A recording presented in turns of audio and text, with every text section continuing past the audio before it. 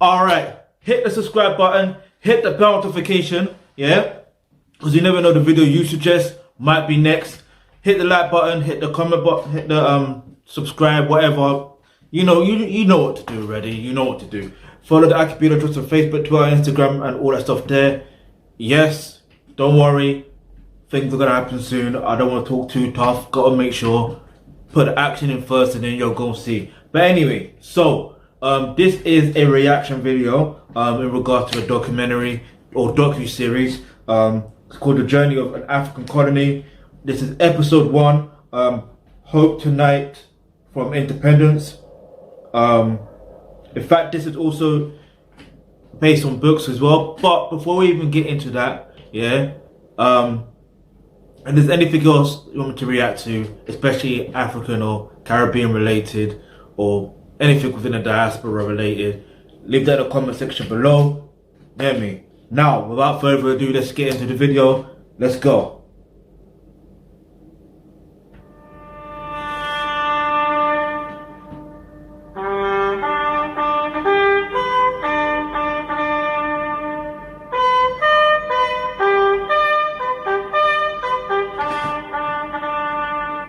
It's interesting how this starts off, you know, with the obviously with the horn section, but also the imagery, the stars. Like, I'm not sure if you're familiar with the whole theory of the Big Bang Theory, where, do you know what I mean? That, anyway, let's not even get into that. We won't debate that here right now, but yeah, let's go. Because I think, in fact, let me go a bit deeper. Everything really starts from darkness. Everything starts from black. Do you get it? This is some deep, this isn't trying to be braggadocious about, you know, being quote unquote black or whatever, but I'm talking about everything starts from, because think about it. Like, anyway, let's not get into that right now, because I'll end up chatting for long and then this becomes a long reaction video. But let's go. But I hope you get it. I hope you get it. Get me? Because your thoughts, anyway.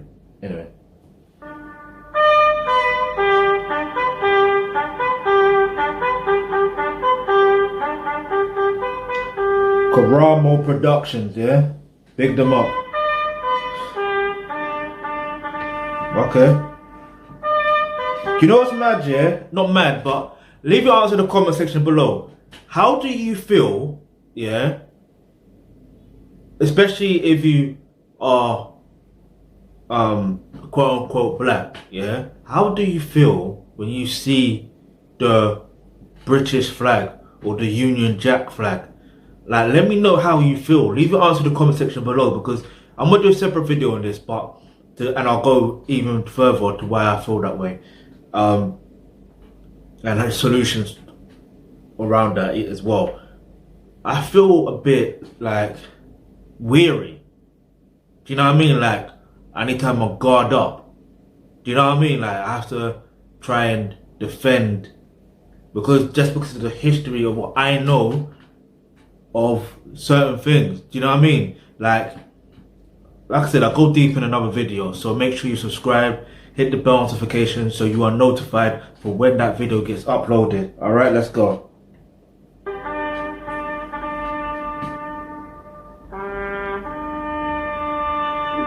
Strength of this African national consciousness. In different places, it takes different form, but it is happening everywhere. The wind of change is blowing through this country. Whether we like it or not, this growth of national consciousness is a political fact. Exactly. This growth of consciousness, and what else he mentioned about change, get me, about political change, all that stuff there, it's happening, bruv. And even though there is quote unquote, you know, corruption or whatever that you may see or hear about or whatever, we'll dive deep in that, because I'm pretty sure they will go in a bit deeper and further to why, you know what I mean, why things are the way that they are. But you have to deep. If you don't like something, and you keep coming across what you don't like. In fact, let me leave answer the comment section below. If you come across something or someone you don't like, what do you do? Do you, obviously it depends on the circumstance, but do you avoid that at all costs now that you know that that's what you don't like? Or do you continue to go on with that? See, there are, like I said, it depends on circumstances, because you could not like something, or you could not like someone. Let's say, for example, in the workplace setting, you may not like certain people at the place you work, but you know the benefits of that job. So for now, you have to hold it down. You see what I'm saying? So yeah.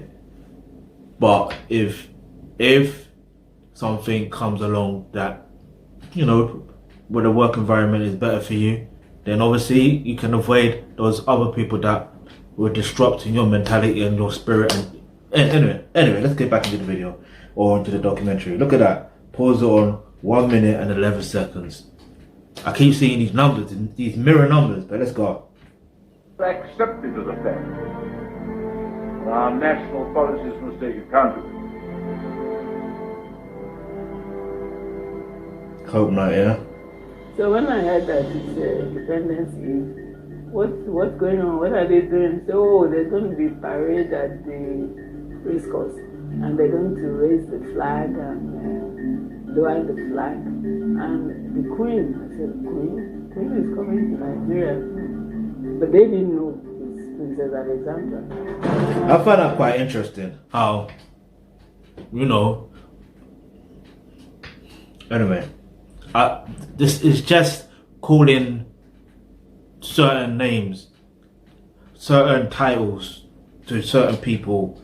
Like, I find it like, I just can't do it. You know what I mean? The only person I'll call like a princess is flipping Princess Diana. Yeah, but other than that, I'm not calling her sons princes. You know what I mean? I'm not calling her ex-husband a prince, or, you know what I mean? I'm not calling her ex-mother-in-law a queen. Like, nah, allow yourself. You know what I mean?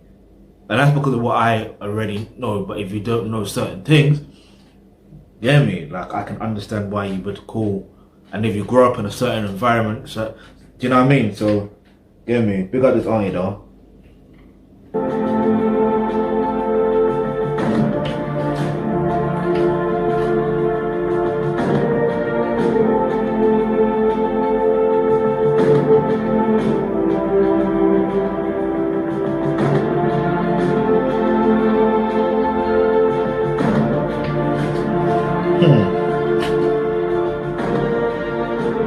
On the evening of 30th of September 1960, Nigerians were ecstatic, celebrating the nation's ebullience. After the cheering from the expectant crowd, the last post was signaled by the bugle, meaning the retreat of an army, an occupying army. Nevertheless, that evening was a special one. The 23-year-old Princess Alexandra of Kent was representing Her Majesty the Queen. Representatives of over 50 nations converged in Lagos, the federal capital of a new territory. You see, here's the thing, yeah? I look at it this way, yeah? Think about it this way. If you are trying to get independence from something or someone, right? Let's break this down a bit further. Is it really necessary for someone of, how to put it? Is it really necessary for that woman to come to that region? Do you see what I mean? Like, me personally, I'm gonna be wary. Like, I'm not gonna say what I wanna say here, because, get me, like, certain eyes are watching, certain ears are listening, and get me, I don't want to be perceived in a certain way. Do you know what I mean? Like, I wanna be comfortable in my life. I don't want to be always looking over my shoulders, if you understand what I'm saying. Now, and I'm all about unity, but at the same time, like I said, if you don't like something or you don't like someone, you try to avoid them at all costs. And if someone has done you dirty, someone has done you wrong, someone who has violated you, someone who has violated you and your people for flipping decades, bruv, right? Decades, centuries, yeah? What are you gonna do? I mean, why would you allow them to come back into your territory? Do you see what I'm saying? I will not let them come back into my territory. That's just me. That's just me. What would you do? Leave your answer in the comment section below. What would you do? Yeah, if you're coming across, let's put it this way. You can come to an agreement, yeah, and do you know what I mean? Like, get me? So there's no more bloodshed and all that stuff there. Come to an agreement and say, you leave my people alone, we leave your people alone. Get me? Let's have our peace. Let's do what we gotta do, because we all gotta live on this earth together, regardless. But we can still live separately. Do you know what I mean? Doing our thing. Get me? Let's go. You can see this is a girl guide and a Boy Scouter. Probably chaperone them to come and see the events of the evening. So everywhere was green like this. I was at the race course. Yes, so I couldn't miss that. All of us were there, and it was beautiful. It was really, really beautiful. All the anticipation, all of us waiting.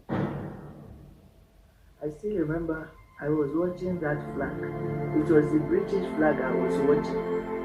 coming down, and the Nigerian flag going up. And then they met, and the anticipation. And when it got to the top, the whole of race course, just lit up, the shouting and everything, and then the fireworks. It was a memorable evening or early morning. You see, as much as it was a memorable early morning or evening, which is great to an extent, it's like one thing I'm seeing is a familiar pattern of tokenism gestures. Yeah, that's what I'm seeing when it comes, and black people, wherever we are, we just accept it, like as if that's enough. Do you see what I'm saying? So it's like there's levels to it. The flag, the British flag going down and the Nigerian flag going up, and it's like, let's deep certain situations. It's like, yo, what does that really mean? And then fireworks. What does that really mean? You see what I mean? Like, because if you know the history behind fireworks as well, in terms of Guy Fawkes and that, get me? All I can say is, yeah, the violation thing. Anyway, let's not get into that right now. Let's just keep it on this particular subject for now. But yeah.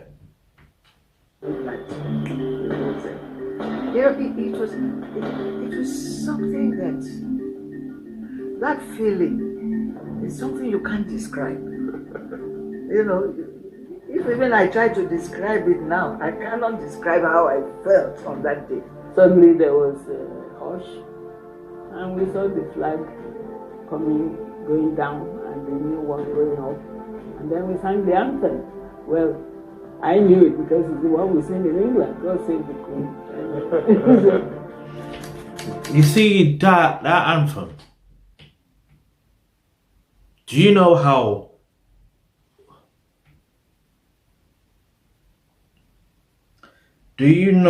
how narcissistic that anthem is? When God is for everyone, when you deep it properly. and your relationship with God, whatever religion you are, or whether you're spiritual or whether you're not spiritual, or whether you don't believe in any religion, either way, you know, your relationship with God is always going to be personal, and not only that, it's a universal thing. Do you see what I mean? So, you see what I'm saying? Why not God save everyone? Yeah, and you know what's mad as well? I don't know if they're gonna mention this documentary or docu-series, but I even clocked this in another movie, in the movie I was watching called Invasion 1897. Yeah, to do with what happened in the Kingdom of Biafra, or I don't want to use the term full of it, but yeah, and they were singing Rule Britannia. I never knew the lyrics to that theme or song or whatever until watching that. Like, yo, they're taking a mick, bruv.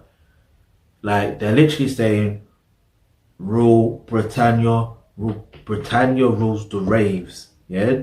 Waves in terms of sea, whatever. We shall never ever be slaves. They're making a mockery. Anyway. What's he saying? Alright, so at last our great day has arrived. Nigeria is now indeed an independent sovereign nation. What does that mean though? I'm gonna ask you in the comment section below. What does it mean for a nation to be independent and sovereign? What does that mean to you? I will do a separate video on that, yeah, on what it means for an independent sovereign nation, yeah. Leave your answer in the comment section below, yeah. Like, I would like to know what your thoughts are, yeah. Let's go. And who knows, I may put it up in that video as well. So make sure you do subscribe, get me, so you can be notified and you can see your comments in the thing too. You know what I mean? Like, I want that interaction like going. Let's go.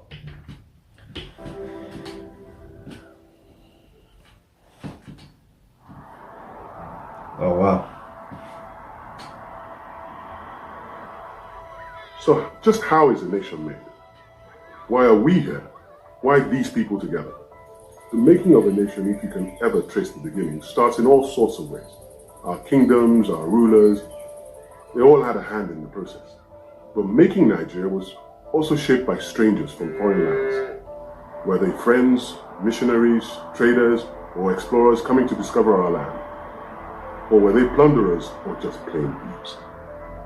We set out on a journey to uncover the big moments that ultimately shaped Nigeria.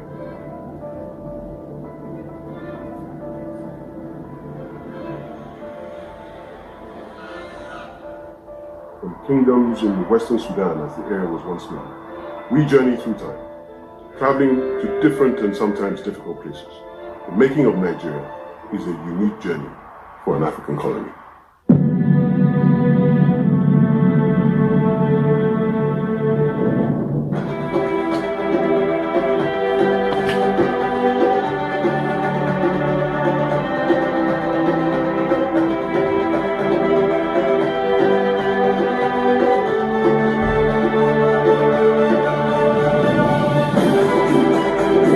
Okay, so now it's really starting, right?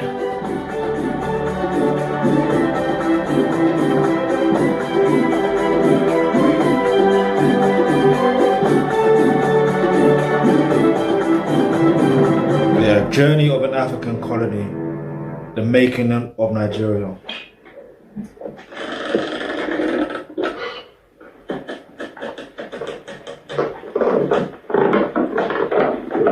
Difficult thing about searching something like the journey of an African colony is the information is in different places.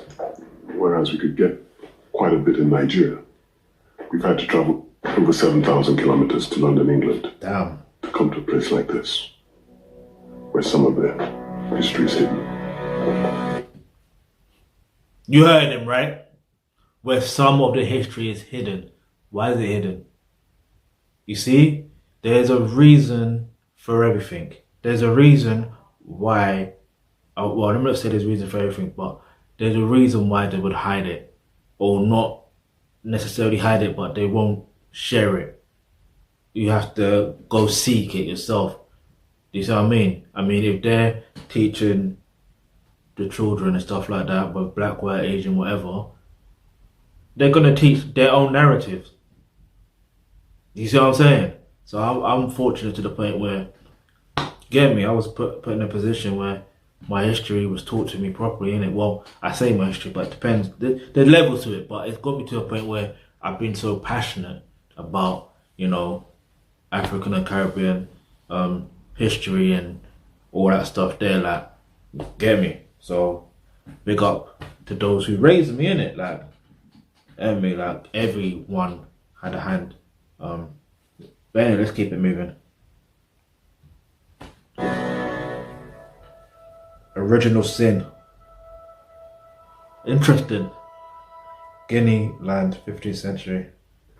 Around the year 1444, 10 hand-picked Africans were transported to Portugal as a gift to Prince Henry the Navigator of Portugal. They weren't yet slaves, they were a gift in the royal court.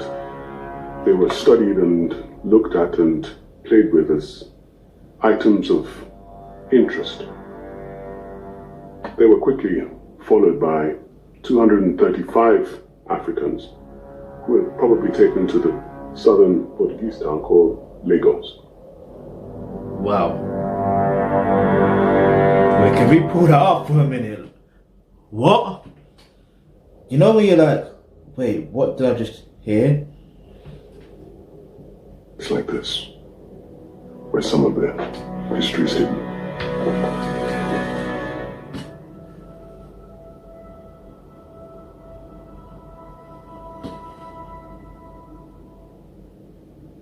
Around the year 1444, 10 hand-picked Africans were transported to Portugal as a gift to Prince Henry the Navigator of Portugal. They weren't yet slaves, they were a gift in the royal court. They were studied and looked at and played with as items of interest. They were quickly followed by 235 Africans who were probably taken to the southern Portuguese town called Lagos. Portuguese town named Lagos. Portuguese town named Lagos. You know them ones where you're like, hang on. Portuguese town named Lagos.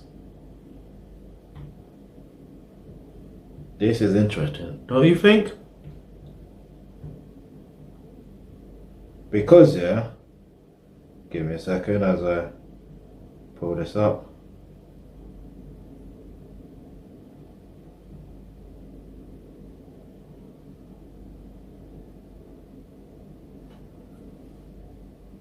Wow.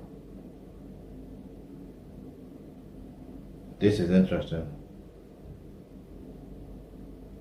There really is a place called Lagos in Portugal. Wow. I honestly didn't, I promise you, I didn't know that till now. I promise you I didn't know that till now. Damn. Like that? Nah, see, I'm deep in this property, yeah? If you are going to be truly independent from someone who has abused you for years, you do not want nothing to do with them. Well, personally, I wouldn't want anything to do with them. And I know you'll say, well, you're probably living in the UK or on the UK. Well, once I have the resources to be able to do what I need to do, get me. But, bruh, there's a town in Portugal called Lagos. Damn. Aye, this is deep. Let's go.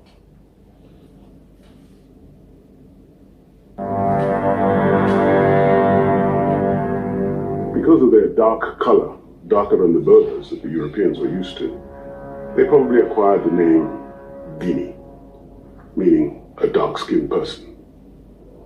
Where they were taken from, in the West African coast, quickly became Guinea land. Damn, man. In the mid-century, in the Middle Ages, the area... Wait. I'm looking at the map and I'm saying, alright, cool. Guinea, I'm getting into the gist of that. I'm going to break that down. And even when I see the word Guinea, or the name of it, I think of guinea pig. And, yo. And you know how pigs get slaughtered. You know what I mean? Listen, oh my days. This is insane. And then I'm just looking at the map and it says Negro land. Aye. Fam. Life is mad, fam. It's mad. Sometimes I'm like, yo, why am I on earth at this particular time? Why can't I just be on earth in a time when my peoples are doing well without being subjugated to any level of racism or in any industry? Do you know what I mean? Like, where there's proper peace and harmony on earth, everyone just doing well together, no matter what they look like. Do you know what I mean? No matter how they were raised. Anyway, let me know. It sounds like I'm on or complaining, but you get where I'm coming from, right? Do you know what I mean? Like, anyway. But obviously there's nothing I can do about that. Other than, if I want to see the change, I have to create the change I want to see. Do you know what I mean? Hence why, you know, I did create the Alkebulantrust, okay? Certain situations, you know, you gotta repattern certain situations, innit? Get me? Anything happens. Anyway, let's get back into this. In terms of Ghana, Mali, and the reign of King Mansa Musa, Songhai, and the reign of Sonny Ali. This quickly gave way to smaller kingdoms of Dendi, Oyo, Nupe, and over the years, this area maintained that name, Guinea land. Damn. We can see that Guinea, from this early 1700s map, covered from just the tip of Mali, right across onto the edge of what is modern-day Nigeria. And they've named them already, the Grain Coast, the Gold Coast, the Slave Coast. You see, remember, I don't know if you're aware, because I don't know who's particularly watching, but there's an artist named Dave, aka Santan Dave, and he actually has a song called Black, and in that song he breaks down those lyrics. In that song he actually has lyrics in reference to that. Yeah. I would bring it up. In fact, what I'll do, you'll see the lyrics for yourself there. I would insert it in, but then there's copyright thing in it, so, and if I'm using two videos in one, it's like, get me, let's go. And this area was rich with gold. And from here, gradually, the British began to take away gold, and thereby creating one of the most valued currencies for centuries, the Guinea coin. Wow. Oh, let me just say this, disclaimer. I briefly, watched some of this, briefly watched it. I didn't take it all in. Like, there's some things that's gonna jump out to you, but what I wanted to do was watch this, react to it, get me, and break that and share my thoughts in it. You know what I mean? But yeah, because I know someone could be like, "Oh, but you did." Anyway, let's keep moving. West Africa and places like Nigeria not only represented a place where human cargo was being stolen and brought to the New World, but gold was also being stolen and changed into the currency of the post-classical era, the Guinea coin. Nigeria's story is tangled up in Britain's Africa Empire. By building empire, the British were breaking up ancient kingdoms and shaping new countries without much regard. Empire, after all, was all about British wealth from foreign lands. To grow, the British Empire needed two things: labor and money. How was it done? It's now partly shrouded in shame. The history is hidden or conveniently lost. But there are links. Where are I won't say it was conveniently lost. It's just not it's just not told properly. Do you know what I mean? It's not told properly. Like, I will never say it's everyone has a past, right? Individually, everyone has a past, and they've done something that they possibly have, that they either regret, or that they've done in the past, and they may not necessarily regret it, but there's nothing they can really do now other than just move on and just grow from what they went through. Do you see what I mean? It's like, for example, you know how someone would go to prison, for example. Like, let's say let's use this as an example, right? Some people, unfortunately, end up in certain environments where they end up getting into quote-unquote criminal activities. Even if they don't get into criminal activities, because of the policing around there, what happens is they get arrested, and false charges could be put on them. They could get convicted, especially if there is some level of hatred towards that person or group of people. I'm not trying to make it a race thing either. I'm just letting you know certain things in it. And so bear that in mind. You have to understand that they could end up, let's say, even if they were actual criminals, but it may at the time felt like they had no choice. At the end of the day, what can happen is, once they've gone through their bid, they call it, guess what happens? They reform. Do you see what I mean? They naturally reform. I'm pretty sure you understand that, or know that most people, end up being in the situations where, most people that go to these jails or whatever, after doing whatever criminal activity, whatever, they end up turning Muslim. Like, what's his name is a great example. Malcolm X. Malcolm X is the greatest example I can give, because, do you know what I mean? Man was doing all his doing up badness or whatever, like hustling, whatever, illegal hustling. So let's just put it that way. And then boom, next thing you know, he's in jail, and that's how he came across the Nation of Islam. Get me? And then the rest of it's history. Do you get what I'm saying? So, and he reformed, and he became one of the most powerful men. And interestingly enough, anyway, let's not get into the whole Malcolm X thing right now. We'll do that in another video. Let's go. We uncovered some. In 1620, the Royal Africa Company was set up by the royal family of... That looks familiar. The elephant, you see that the emblem, there's like an elephant there, and it's got the castle in the back, on its back. Elephant and castle. Damn.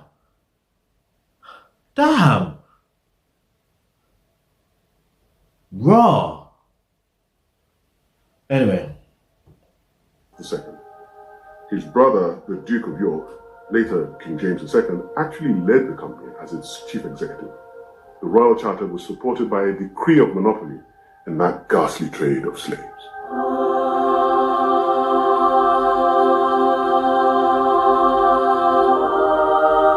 The king, and therefore the government of Britain, was either owner or patron of the company taking slaves, the currency issued by his treasury, the gold coin, and the makers of the weapons, swords, knives, and bayonets used in the piracy, the cutlass. And so, there we find the conspiracy of three institutions proved by a common identity. The emblem, the elephant and castle, belonging to the Royal Africa Company. Bruh, he even said elephant castle. Oh, fam, this is mad.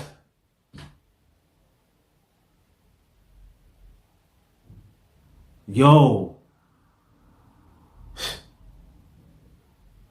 Anyway.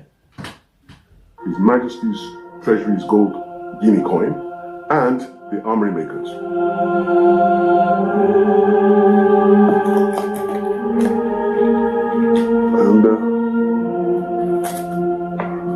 we'll see.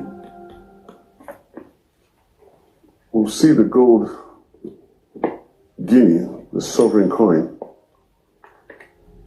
and you can see from the first guinea coin and the reign of Charles II, probably about 1665, you can see the insignia of his Royal Africa Company, the elephant with the Huda on top of it.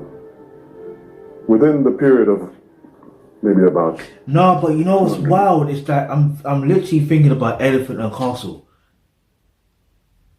Like I think it's gone now, but like I remember at Elephant and Castle shopping centre, they had that pink elephant, bruv, and it had the castle on its back, like the same way, bruv. Like, and I say it's gone now, like in terms of because they're doing like regeneration program, aka gentrification.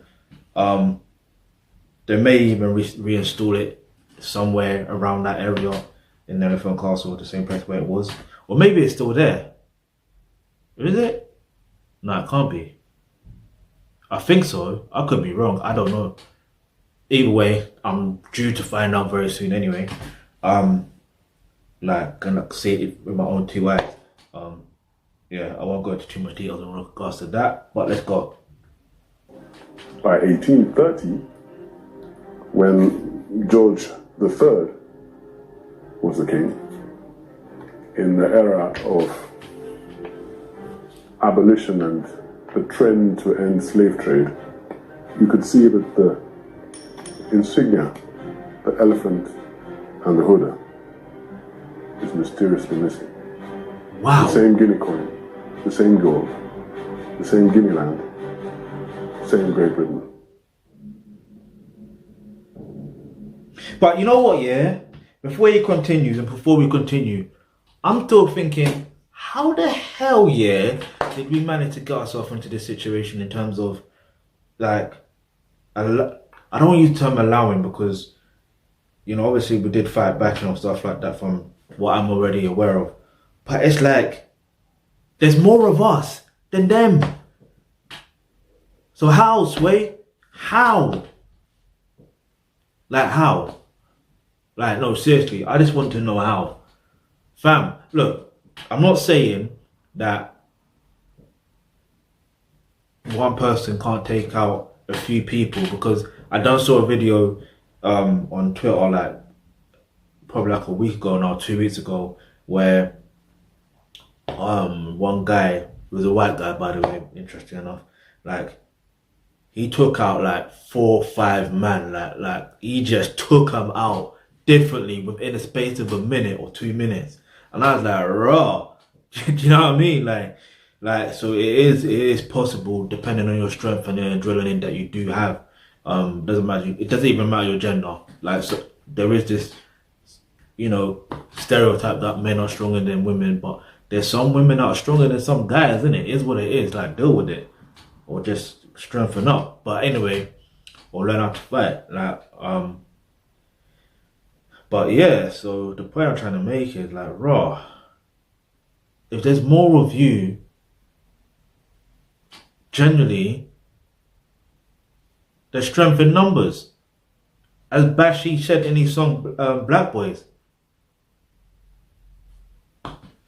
Which is, it is even deep when I deep it, yeah, like, man, like, I think, I don't know if I've done a reaction video to it. If I haven't, I will, and I'll be able to break down certain things, but let's just keep moving.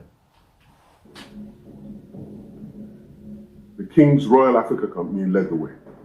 The search for slaves to raid and to buy took the British to the coasts of West Africa, to port settlements such as Elmina, Kormantine, Ouida, Porto Novo, Badagry, and Lagos. So hang on, yeah? How long has that name been in existence in Nigeria? That's what I want to know. Because this is wild. Now knowing that there is a Lagos in Portugal. Which one came first? But then when you deep it, Portugal is older than Nigeria, from what I'm aware of. So, you know, because, yeah, because they did come to the Benin Kingdom in the 16th or the 15th century. You know what I mean? Yo, this is mad. This is flipping mad. Anyway. To understand Nigeria's experience, its slave trade experience, is to understand the uniqueness of a place like Badagry, which was an integral part of what 4 centuries ago was known as the Slave Coast. Damn. We've just come down Badagry Creek and we beached at a place that is very close to the old slave port. And 15 minutes walk along this thin strip of headland, I'm almost at the Atlantic Ocean, which means this less than a mile's walk could carry 800 human captives in 20 minutes. Fam, this is what I don't understand. 800 captives. Like, I'm not, like, obviously I wasn't there physically, maybe in a different, I don't know, whatever. But like, if you believe in reincarnation, then maybe, yeah. But like, fam, I'm just trying to deep it. 800 people. Like, 800 people. Man. This human cargo could be shipped on a boat heading down the coastline to as far as America, so which made Nigeria's slave trade experience both ruthlessly efficient, difficult to police, and as a reason, it lasted far longer than other parts of Africa. And within a short time, 2 to 3 million human captives were moved along this part of the slave coast. Damn. Think about slave trade for a moment. Do you think about Nigeria? Probably not. This is because Nigeria's story is never told within the world slave trade story. That's true. We're somehow omitted from the experience. As a result, we're led to believe that ours was a harmless or even non-existent story. And it's interesting because I never really... Let me not go into that anyway. This is read by a racist. This song. How sweet the sound. Yeah, John knew it was a racist. That If you know, you know. a red like me. In fact, when our empire story is told by the British, they often fast forward to William Wilberforce and the abolition. That grace-saving effort. Funny that I remember in school, in secondary school, in primary school, when they were teaching about Black history, his name, every October, Wilberforce's name will always come up. Always. And then, even parts in secondary school as well, his name will come up as well. But, get me, I was fortunate to know better, you know what I mean? To know better, get me? Get me, bruv. From our barbaric past. They never talk about how it was started by Europe, specifically by Britain. The English slavers, the merchants, and the planters. We have associated images of America, that evil destination of slaves. It often draws empathy towards the Black Americans from Nigerians, but it forgets the original sin.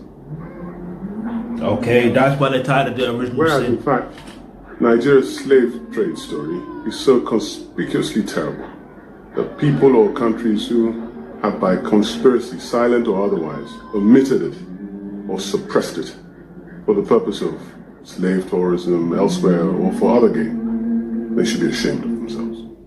The cleansing of this history has had the worst impact in Nigeria. Just as much impact as slave trade itself has had on Nigeria. It's been permanent and indelible. More than any factor, the stealing of people in this Niger territory of the Guinea Coast, Nigeria to be, has had the most influence on the making of Nigeria. It brought contact, cultural distortion, exchange of ideas. It drove wars and changed our lives forever. No wonder that early Spanish slavers quickly gave way to the more prolific and constant English. So let's hear the figures. 4,803,000 slaves were exported between 1501 and 1867 from Nigeria's bights of Benin and Biafra alone. Roughly 2.5% of Africa's population of less than 90 million in the year 1800. This is atrocious. Damn right, it's atrocious. The leading slave ports in Africa were Bonny, Old Calabar, New Calabar, and then Lagos. In short, the bights of Benin and the bights of Biafra. The most prolific and concentrated area of slave export throughout the era of the slave trade. Is the whole brother selling brother story an oversimplification? Perhaps there's no incentive known to mankind that could dissuade a trade whose profit was between 180 to 280%. So let's get some explanation. Kings were due a percentage of the value of goods. European traders would lure African middlemen to the edge of the coast, or sometimes on board, to snare, capture, and chain slaves for sale.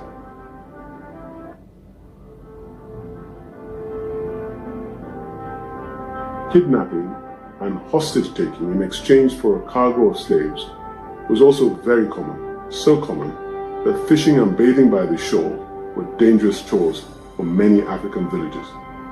Log entries of the crew of the English ship, the Gregson of Liverpool in 1771, shows that 32 Negroes that the crew boasted of were tricked and kidnapped into cargo. Local wars were encouraged This is getting me by vexed, bro. white traders. And why not? The 1785 logbook of a semi-literate Antera Duke, an Efik trader of the old Calabar post, read as follows: I saw Bassi come and bring one woman slave to be beheaded in honor of my father. What? News about a new ship. 3 more heads were cut off. At midnight, See, look. You see, now, fast forward to 2021, yeah? Fast forward that to 2021. Are they not saying, even not the 2021, even like a few years before that, but still, they say a particular group of people, yeah, that, come on, we know, anyway, let's not get into the politics of it, but they say a particular group of people actually are barbaric and they cut off people's heads, yeah, and they call them terrorists. This is terrorism right here. Kidnapping people, human trafficking, that's terrorism. Look up the word terrorism, the etymology of the word terror or terrorism or terrorist. Look up the etymology of that, the original root word in English. You know what I'm saying? But let's keep moving. Tim Browns went away with 430 slaves. Potter and his tender went away with 350 slaves. Tom Aqua and John Aqua joined together to catch men. You know what's mad, yeah? Like, this is why I love how I was raised, yeah, and knowing that I love my culture of being able, yeah. The way, even though I know he's talking about an English person, yeah, the way you pronounce aqua, you know what I mean? It's like, in my mind, I was thinking, what was in my mind was aqua, you know what I mean? AKWA, which is the Igbo, is it Igbo word? You know what? Let me double check. You know when you gotta be sure, but I'm pretty sure, I could be right, could be wrong, but you know, you gotta double check these days, isn't it? Like, I'm not here to be wrong. If I'm wrong, then obviously I will correct myself. Yeah, and aqua means great. It translates to the word great.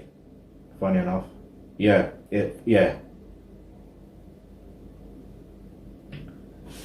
Interesting. Just a little interesting fact. Let's go.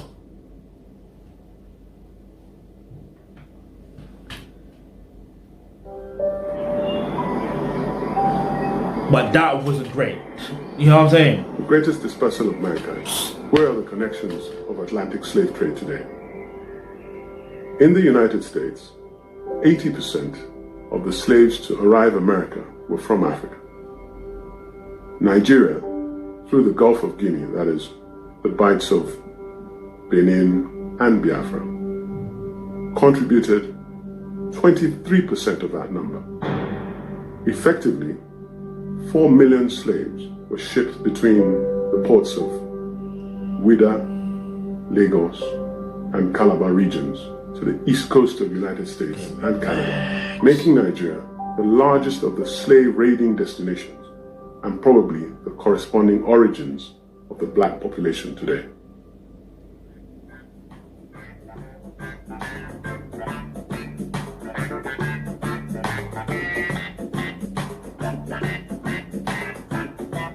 On the island of Jamaica, there is an area known as Calabar. In 1843, Calabar Theology College was sited in the village of Calabar, near Rio Bueno, in Trelawney Parish of Jamaica. It is called the Calabar High School. Oh, I've heard of that. Prestigious school today. The slave port of Old Calabar was the source of where many of the slaves to Jamaica were captured and shipped. The Igbo, the Ibibio, and the Oyo account for 40% of the slaves shipped to Jamaica alone between 1700 and 1800. Okay, now it makes sense. Like personal things, yeah, I may explain it one day. In Barbados, there are traces of Igbo language and names. This is because a large percentage of the slaves to Barbados were enslaved from what is today Nigeria and shipped to the island in the 1700s. This pattern is repeated all over the West Indies. Wow.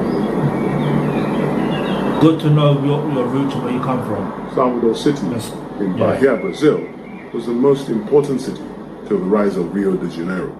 It remains economically important and the second most visited tourism destination in Brazil.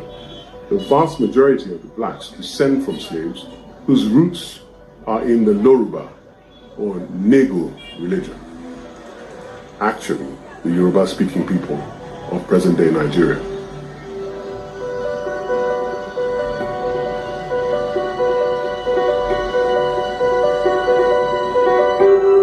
No surprise that in Cuba, where approximately 10% of the population is black, overwhelmingly descended from Oyo people of West Africa in today's Nigeria, and they were brought in the 1700s as slaves. The examples are profound. The point of no return, do they return? Time will tell if Africa's connections are broken for good.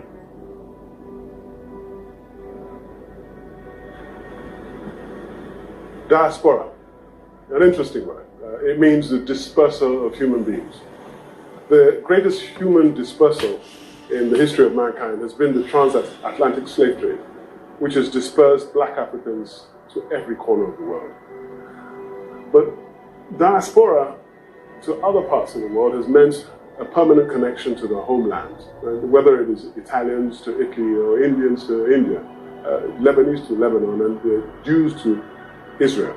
It has meant a permanent connection. I'm not saying anything on that yet. But the trauma of Africa's experience in this sort of diaspora that slave trade was, is the absence of that homeland permanent ties. You've had black Africans feeling assimilated to different parts of the country, different parts of the world, and in a way that they no longer look at Africa as a homeland. Imagine the effect of having, say, a Michael Jackson feeling a pure African connection to Senegal, or Magic Johnson to Ghana, or indeed Martin Luther King to Nigeria. And you would have had a greater influence and greater spread of knowledge and contribution to the wealth and development and the powerhouse that Africa could well have been.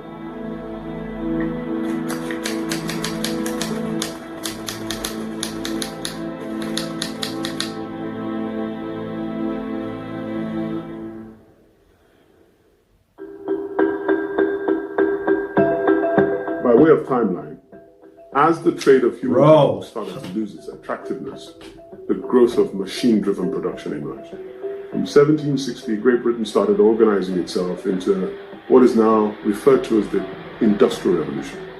It could easily have been called the British Industrial Revolution because that's essentially where it started. Game-changing developments of the Revolution era that affected our existing communities or kingdoms and the future of our nations were steam power, creating engines and mechanized power.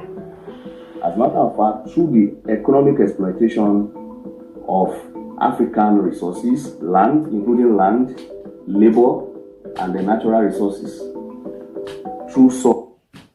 Does that sound familiar?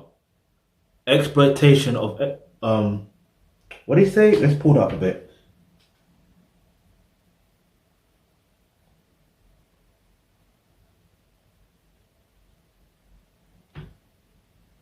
Economic exploitation of African resources, land, including land, labor, and the natural resources, through such exploitations by colonial authorities. Britain, in the case of Nigeria, there were massive losses of revenue because a lot of this revenue were taken either to the imperial treasury in the UK. Oh, I see. Are you saying that? See, it's something similar that's still going on to this day. Instead, it's going to IMF and the World Banking Organization. I even saw a post to do with the fact that Buhari wants to take out a loan from the World Bank to be able to flip in, get some vaccinations things or whatever. Like, fam, you don't care. Anyway. I don't even know what I'm calling him, fam. Buhari doesn't care. Anyway, that guy is a puppet, bro. Do you know what I mean? He's been used. Anyway, let's not get into that right now. Get me. Financial loss. Yes. And the financial resources were taken out of Nigeria. Yes, there are scholarly claims to that effect, that a lot of this revenue, part of them were used to finance colonial administration, mainly because the British government was not interested in putting in its own money at all into running colonies. Then that substantial parts were taken into imperial treasuries in England and from foreign banks as reserves. Fam, this is deep.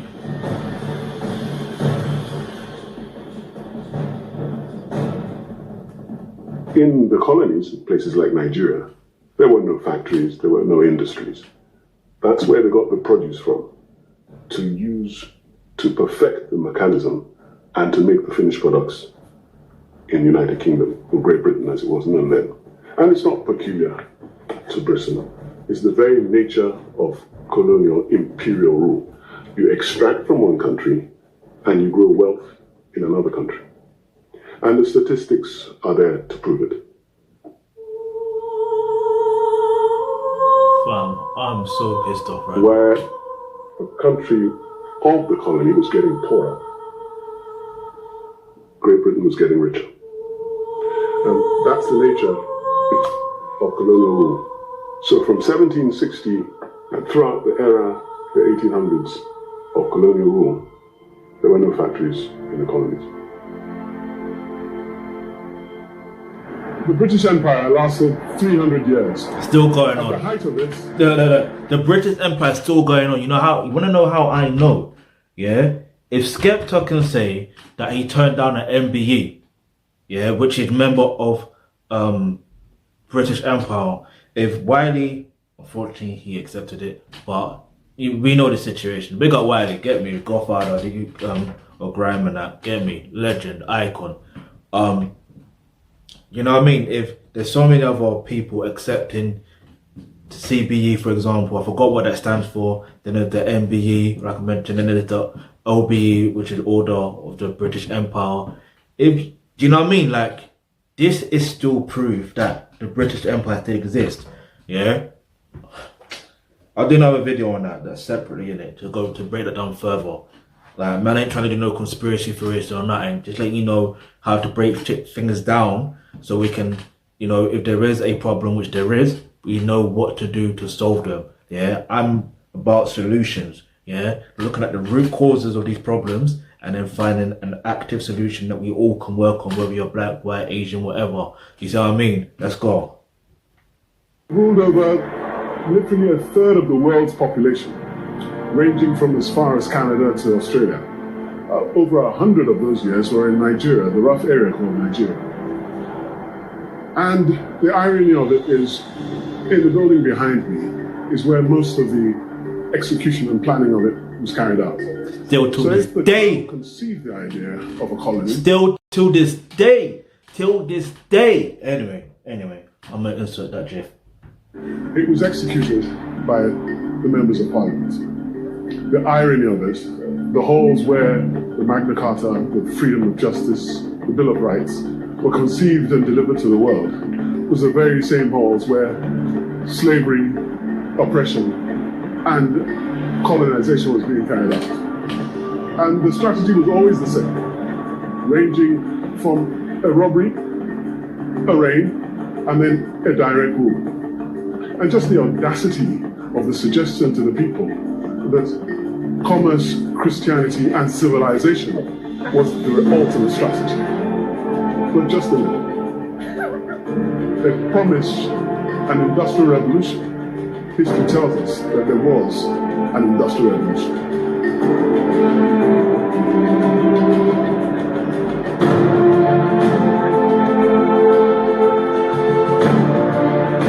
You know when you gotta just breathe, like, because yeah, I'm very sorry.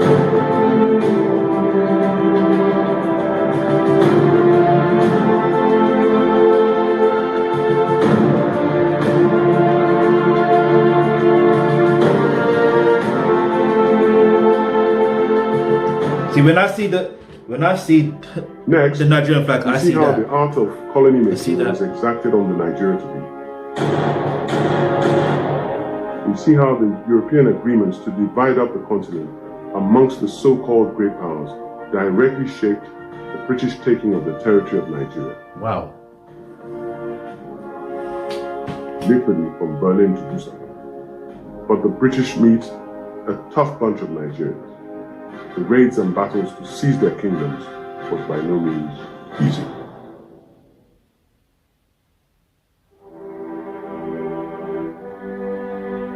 Alright, so that's obviously the end of that, yeah? Alright, so boom. Obviously that's part one. Obviously I think there's like 7 parts, so yeah, make sure you are subscribed, you are get me, the bell notification is on, so you're notified of when my next reaction video to the second part is uploaded. I know this is over an hour long, so I appreciate your time, and I appreciate you supporting this channel, supporting the Alkebulantrust in general. Get me, big up all of you. Leave, if you got this far, in the comment section below, put in the comment section hashtag Alkebulan. It's great again. You see, we have to speak this into existence, we have to write this into existence, and we have to work this into existence. You see what I'm saying? But yeah, big you all up. Like I said, hit the subscribe button, hit the bell notification. Yeah, there was something else I was going to mention, but I forgot what it was. But yeah, if I forget and I end up remembering the next video for the next video, then I mention it there. If I forget it in general, then it is what it is. You know what I'm saying? But yeah, get me? Like, in fact, no, that's what I'm gonna say. I was gonna say, watching that, my spirit just felt different. As in, like, I already told you I was getting vexed, but it's like, you know when you can just feel your spirit moving, when like in certain circumstances, like my spirit is moving. It's like, I don't know how to explain it. Like, I don't know how to explain it, but either way, yeah, make sure you subscribe, like, share, do your thing. Let's go.